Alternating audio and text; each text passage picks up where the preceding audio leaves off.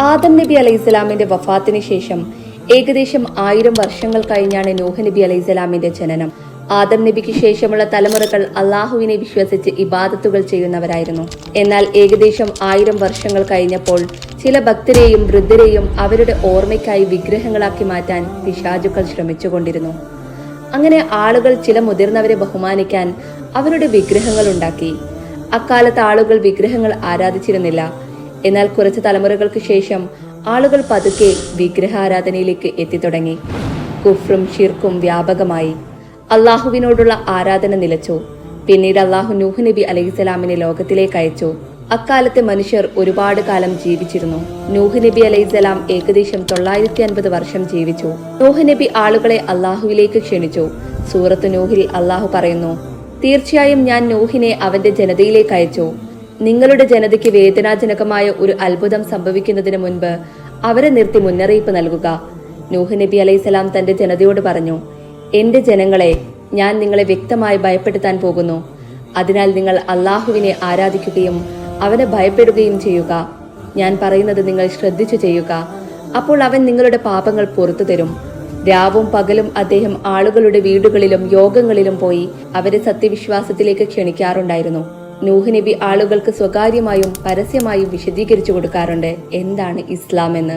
ഇത് ചെയ്യാൻ അദ്ദേഹത്തിന് 950 വർഷമെടുത്തു. എന്നാൽ കുറച്ച് ആളുകൾ ഒഴികെ ആരും അദ്ദേഹത്തെ വിശ്വസിച്ചില്ല.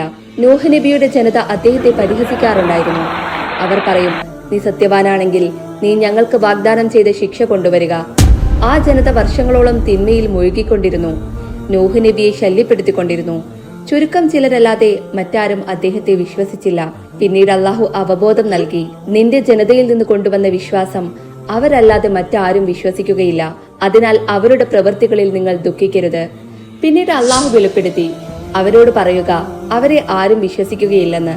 ഇത് കേട്ടവർ നിരാശരായി അവരുടെ ജനങ്ങളെ ശപിച്ചു. എന്റെ രക്ഷിതാവേ, ഭൂമിയുടെ ആത്മാവിൽ ഒരു നിഷേധിയെയും നീ വിട്ടയക്കരുതേ.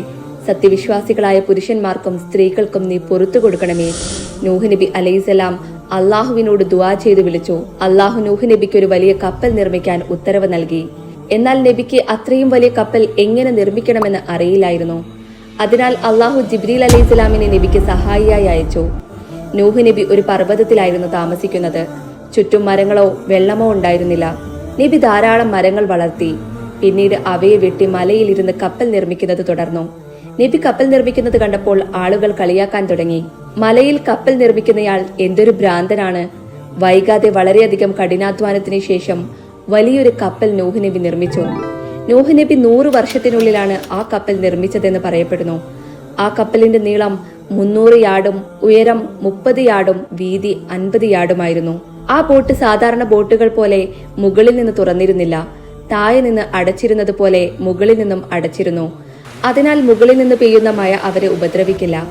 ആ ബോട്ടിന് 3 നിലകളുണ്ടായിരുന്നു. ഓരോ നിലയിലും ഒരു വാതിലുണ്ടായിരുന്നു.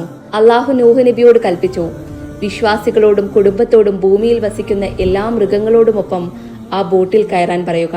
അപ്പോൾ അള്ളാഹു ആകാശത്തു നിന്നും ഭൂമിയിൽ നിന്നും വെള്ളം തുറന്നു വിട്ടു. അങ്ങനെ വെള്ളപ്പൊക്കം വന്നു. ആ വെള്ളപ്പൊക്കം ലോകത്തിലെ എല്ലാ ആളുകളെയും മൃഗങ്ങളെയും മുക്കിക്കളഞ്ഞു. വെള്ളപ്പൊക്കത്തിന്റെ വെള്ളം പർവ്വതങ്ങൾക്ക് മുകളിൽ ഉയർന്നു. നൂഹ് നബിയുടെ കപ്പൽ മാത്രമാണ് ആ വെള്ളപ്പൊക്കത്തിൽ രക്ഷപ്പെട്ടിരുന്നത്. കപ്പലിൽ കയറിയ ആളുകളും മൃഗങ്ങളും മാത്രമേ അവശേഷിച്ചിരുന്നുള്ളൂ.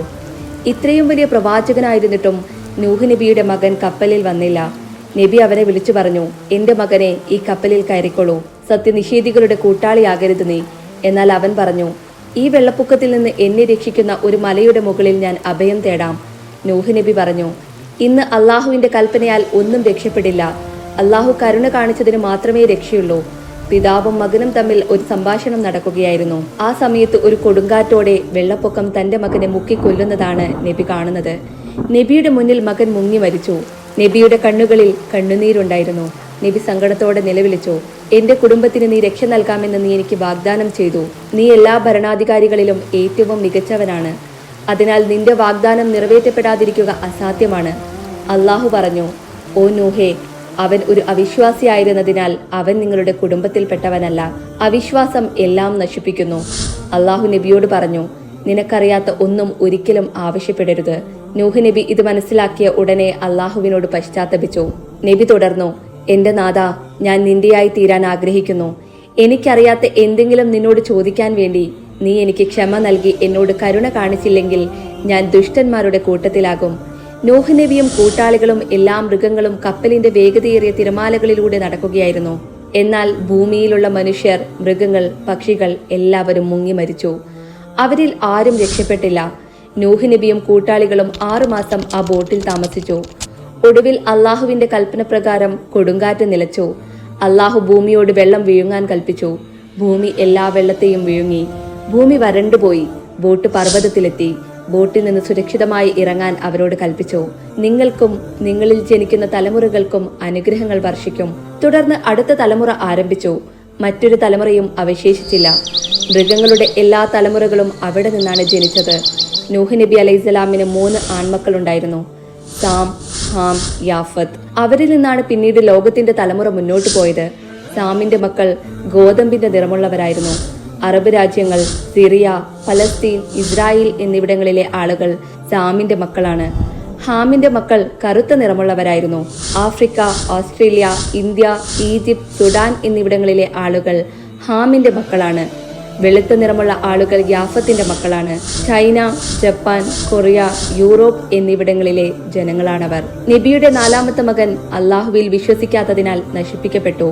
അവന്റെ പേര് കനാൻ എന്നായിരുന്നു. ഒരു തലമുറയും അവനിൽ നിന്ന് മുന്നോട്ട് വന്നില്ല. കൊടുങ്കാറ്റിന് ശേഷം നൂഹ് നബി 350 വർഷം ജീവിച്ചു. നൂഹ് അലൈഹിസ്സലാമിന്റെ കപ്പൽ ഇന്നും നിലവിലുണ്ട്. തുർക്കിയിലെ ഗവേഷകരാണ് ആ കപ്പൽ കണ്ടെത്തിയത്. അള്ളാഹു ഖുർആനിൽ പറയുന്നു, ഈ സംഭവം ഒരടയാളമായി ഞങ്ങൾ സൂക്ഷിച്ചിട്ടുണ്ട് എന്നതിൽ സംശയമില്ല. ആളുകൾക്ക് കഥകൾ നിഷേധിക്കാൻ പറ്റും, പക്ഷേ തെളിവുകൾ നിഷേധിക്കാൻ പറ്റില്ല. അന്ന് നടന്ന എല്ലാ അത്ഭുതകരമായ സംഭവത്തിന്റെയും തെളിവായി നൂഹ് നബിയുടെ കപ്പൽ ഇന്നും അവശേഷിക്കുന്നു.